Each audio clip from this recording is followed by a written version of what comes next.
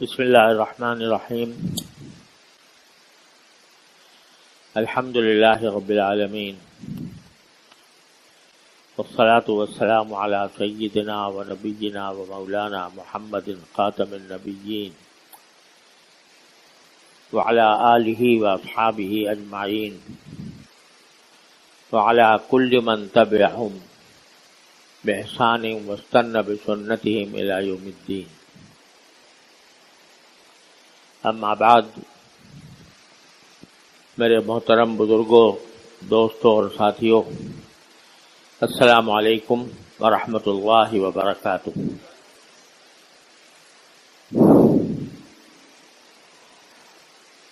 پچھلے کئی ہفتوں سے میں قرآن کریم کی ایک آیت کی کچھ تشریح عرض کر رہا ہوں، جس میں اللہ تبارک و تعالیٰ نے مسلمانوں کو یہ حکم دیا ہے کہ وہ اللہ کا کثرت سے ذکر کیا کریں،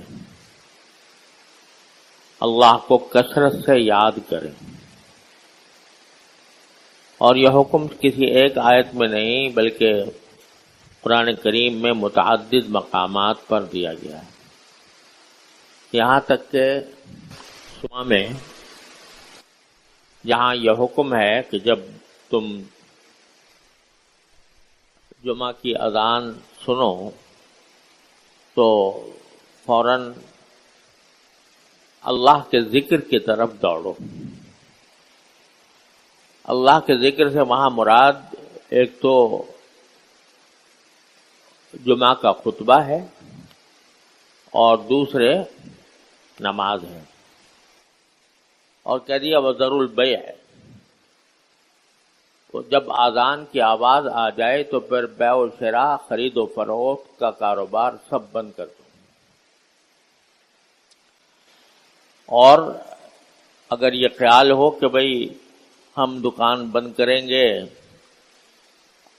یا اپنا کاروبار روکیں گے تو ہمیں کوئی نقصان ہو جائے گا، تو اللہ تعالیٰ فرماتے ہیں ذالکم خیر لکم ان کنتم تعلمون. اس وقت اللہ کے ذکر کی طرف دوڑنے کے ساتھ اپنے کاروبار کو بند کر دینے میں ہی تمہارے لیے بہتری ہے، اگر تمہیں صحیح حقیقت کا علم ہو. پھر آگے فرماتے ہیں فَإِذَا قُضِيَتِ الصَّلَاةُ، جب نماز پوری ہو جائے تو فَانْتَشِرُوا فِي الْأَرْضِ، تو زمین میں پھیل جاؤ. وَابْتَغُوا مِنْ فَضْلِ اللَّهِ، اور اللہ کا فضل تلاش کرو. اللہ کا فضل تلاش کرنے کا لفظ قرآن کریم میں متعدد مقامات پر آیا ہے روزی کمانے کے لیے. یعنی روزی کمانے کے جو اسباب ہیں وہ تم شروع کر سکتے ہو جب نماز پوری ہو گئی تو. لیکن جب اپنے روزی کمانے کے اسباب میں تم مشغول ہوئے تو وَاذْكُرُوا اللَّهَ كَثِيرًا، باوجود ہے کہ تم تجارت میں لگے ہوئے ہو، تم ملازمت کر رہے ہو، تم کھیتی باڑی کر رہے ہو، کوئی بھی کام کر رہے ہو، وَاذْكُرُوا اللَّهَ كَثِيرًا، تو اللہ کو کثرت سے یاد رکھو، اللہ کا کثرت سے ذکر کرتے رہو. یعنی ایک ذکر وہ ہے جو جمعہ کے لیے بلایا گیا تھا، تو کہا گیا تھا کہ اللہ کے ذکر کی طرف آؤ اور مشقت اٹھا کر آؤ اللہ کے ذکر کی طرف. یہ اللہ کا ذکر ہو رہا ہے، یہاں پر خطبہ ہو رہا ہے، باز ہو رہا ہے اور نماز پڑھی جا رہی ہے، سب ذکر ہے. لیکن جب اپنے کاروبار کے سلسلے میں، اپنے روزی کمانے کے سلسلے میں تم باہر نکلے، وہاں پر بھی اللہ کو کثرت سے یاد کرو. لعلکم تفلحون، تاکہ تمہیں فلاح حاصل ہو. تو یہاں کا کثرت سے ذکر کرنے کا حکم دیا گیا ہے. تو میں عرض یہ کر رہا تھا کہ اللہ کے کثرت سے ذکر کے کئی طریقے ہیں اور وہ سارے کے سارے اس حکم کی تعمیل کے لیے انسان کے لیے راستے کھلے ہوئے ہیں۔ ان میں سے 3 میں نے پہلے بیان کیے۔ ایک یہ کہ چلتے پھرتے اٹھتے بیٹھتے انسان کی زبان پر کوئی ذکر رہے، کوئی مشکل کام نہیں ہے، صرف ارادے اور توجہ کی ضرورت ہے کہ آدمی ایسی فضول وقت گزارتا ہے، کہیں ایک جگہ سے دوسری جگہ جا رہا ہے، خیالات اس کے دماغ پر پتہ نہیں کیا کیا مسلط ہیں۔ اس وقت میں اگر آدمی بس زبان کو حرکت دے رہی ہے نا، سبحان اللہ پڑھتے چلا جائے، درود شریف پڑھتے چلا جائے، چلا جائے، یہ رسول کریم صلی اللہ علیہ وسلم نے اس کی ترغیب دی، اس کی تعلیم دی، جس کا میں نے پہلے ذکر کیا تھا۔ دوسرا طریقہ اللہ جل جلالہ کو کثرت سے یاد کرنے کا، میں نے یہ عرض کیا تھا کہ آدمی اللہ تبارک و تعالی کی نعمتوں کو دیکھتا رہے، جو واقعہ انسان کے ساتھ پیش آیا ہے تو اس کو دیکھے کہ یہ اللہ تبارک و تعالی کا کرم اور فضل ہے کہ میرے ساتھ یہ اچھا واقعہ پیش آ گیا۔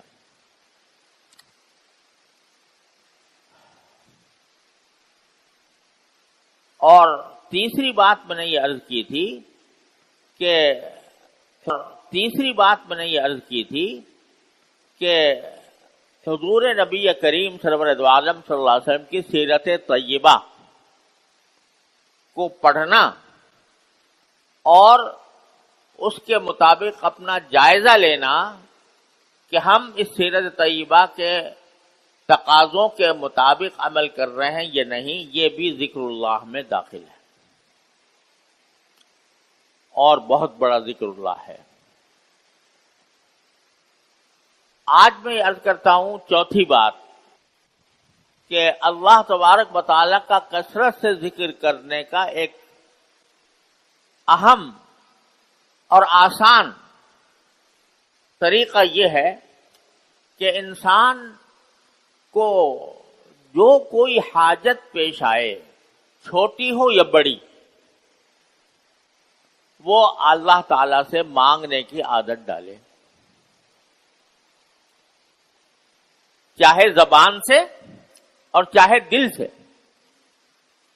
کوئی بھی حاجت پیش آئے انسان، حدیث میں رسول کریم صلی اللہ علیہ وسلم نے ارشاد فرمایا کہ اگر تمہارے جوتے کا تسمہ بھی ٹوٹ جائے تو اللہ سے مانگو کہ یا اللہ یہ تسمہ ٹھیک کر دیجیے۔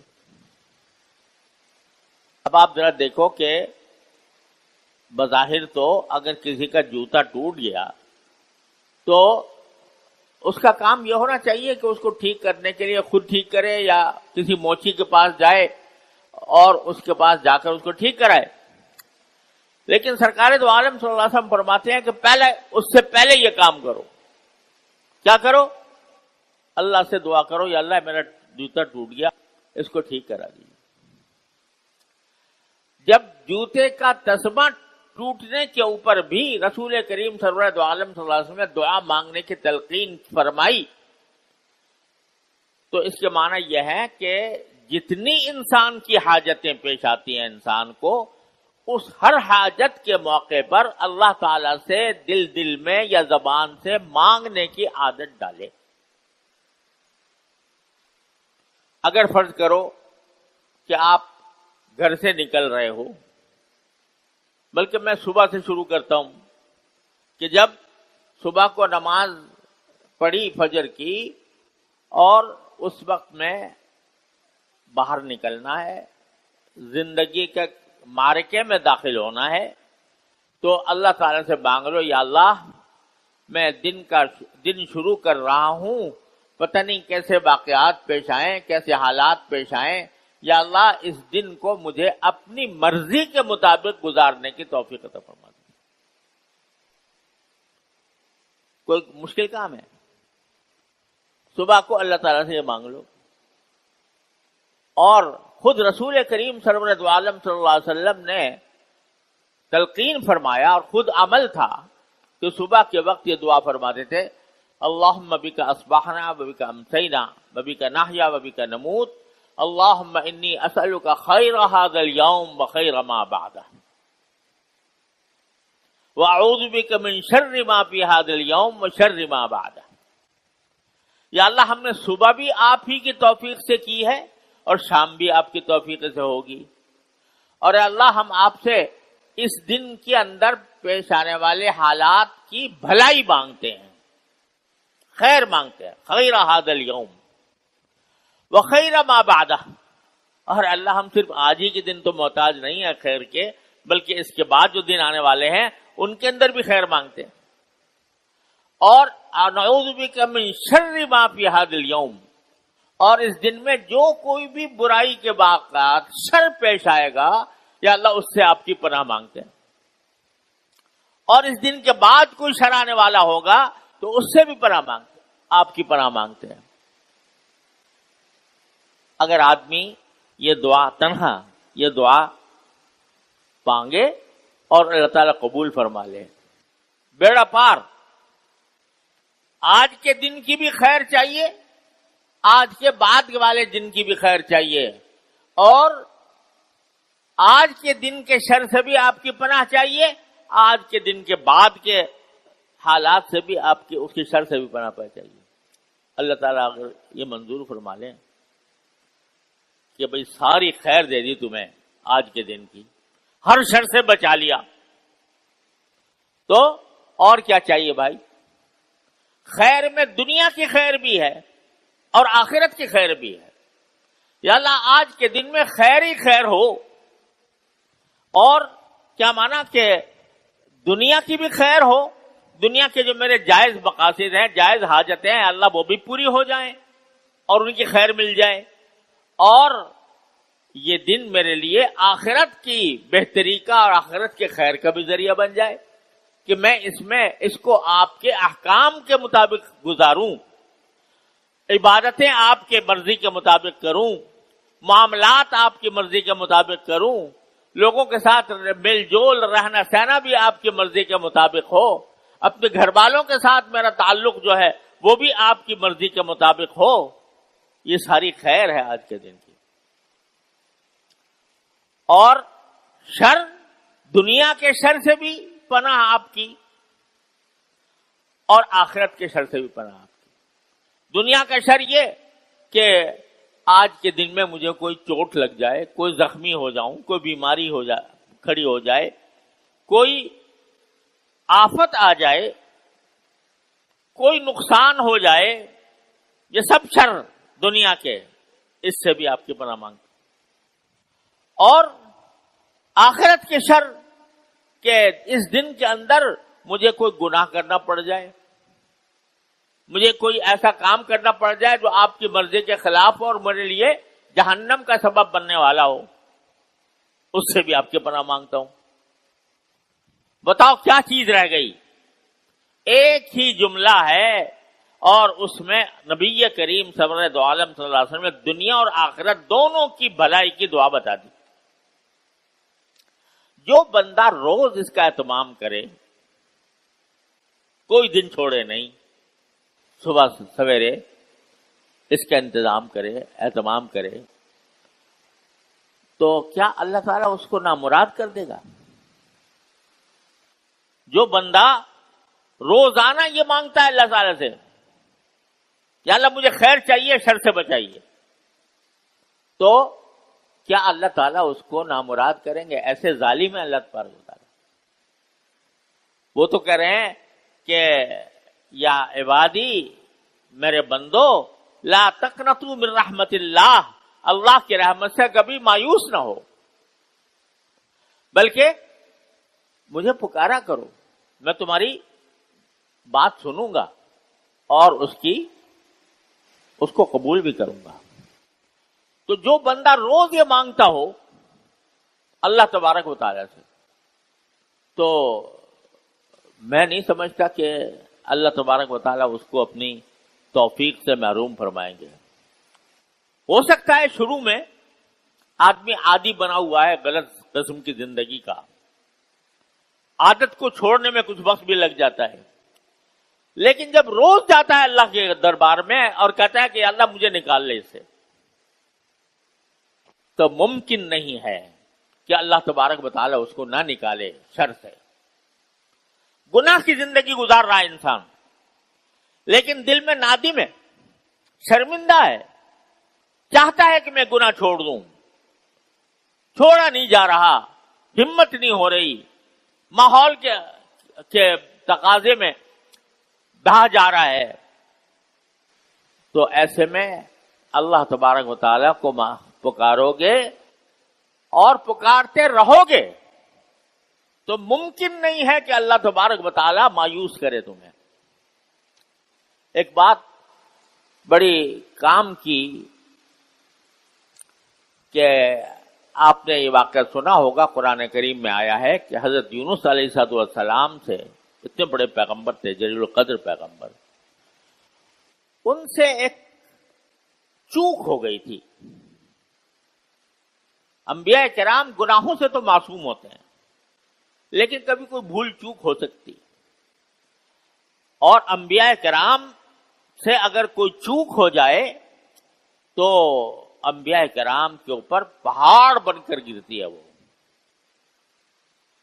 ہم لوگ تو گناہ کر کے بھی کوئی اپنے دل پہ بوجھ نہیں سمجھتے، لیکن انبیاء کرام سے اگر چھوٹی سی بھول چوک ہو جائے وہ بھی ان کے لیے ایک پہاڑ بن جاتی ہے، اور اللہ تبارک و تعالیٰ کی طرف سے معاملہ بھی ان کے ساتھ سخت ہوتا ہے اس بھول چوک کے اوپر۔ اسی لیے کہا گیا حسنات الابرار سیئات المقربین، کہ جو نیک لوگ، جن کو لوگ نیکیاں سمجھتے ہیں، جو اللہ کے مقرب بندے ہوتے ہیں جیسے انبیاء کرام، ان کے ہاں وہ برائی شمار ہوتی ہے۔ بہرحال ان سے چوک ہو گئی تھی، اللہ تبارک و تعالیٰ نے اس چوک کی وجہ سے ان کے اوپر گرفت کی۔ گرفت کیا کی کہ سمندر میں کشتی میں جا رہے تھے، طوفان آیا اور لوگوں نے کہا کہ جی کشتی کے اندر وزن زیادہ ہے، کم از کم ایک آدمی کو قربانی دینی پڑے گی کہ وہ سمندر میں گر جائے تاکہ کشتی کے باقی لوگ بچ جائیں۔ اب کون آساد کس کو اس کا انتخاب کریں کہ اس کو سمندر میں ڈالیں، وہ اپنی جان سے جائے اور باقی لوگوں کی جان بچ جائے؟ تو آخر میں فیصلہ یہ ہوا کہ بھئی قرآن اندازی کرو، نام قرے میں ڈالو، جس کا نام قرے میں آ جائے اس کو سمندر میں پھینک دیا جائے۔ قرآن اندازی کی گئی، اس میں ان کا حضرت یونس علیہ السلام کا نام آ گیا، پیغمبر کا۔ تو پہلے ہی طے ہو گیا تھا کہ جس کا نام قرے میں آئے گا اس کو سمندر میں پھینکا جائے گا، سمندر میں پھینک دیا گیا۔ یعنی گویا ایک طرح سے موت کا پیغام تھا، دے دیا گیا۔ اللہ تعالیٰ نے یہ کیا کہ ایک بہت بڑی مچھلی، ویل مچھلی جو بہت بڑی ہوتی ہے، وہ آئی اور حضرت یونس علیہ السلام کو نگل لیا، اس نے پیٹ میں چلے گئے۔ اب آپ اندازہ کریں کہ ایک انسان وہ مچھلی کے پیٹ میں چلا گیا، مچھلی کے پیٹ میں وقت گزار رہا ہے۔ اس وقت میں کیا کیا یونس علیہ السلام نے؟ قرآن کریم نے اس کا ذکر کیا ہے۔ قرآن نے فرمایا فنادا فی الظلمات، وہ جو مچھلی کے پیٹ کی اندھیریاں تھیں اس میں انہوں نے آواز دی، اللہ تعالیٰ کو آواز دی۔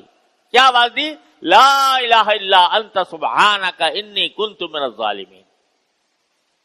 یہ آیت کریمہ جس کو کہا جاتا ہے، لا الہ الا انت سبحانک انی کنت من الظالمین۔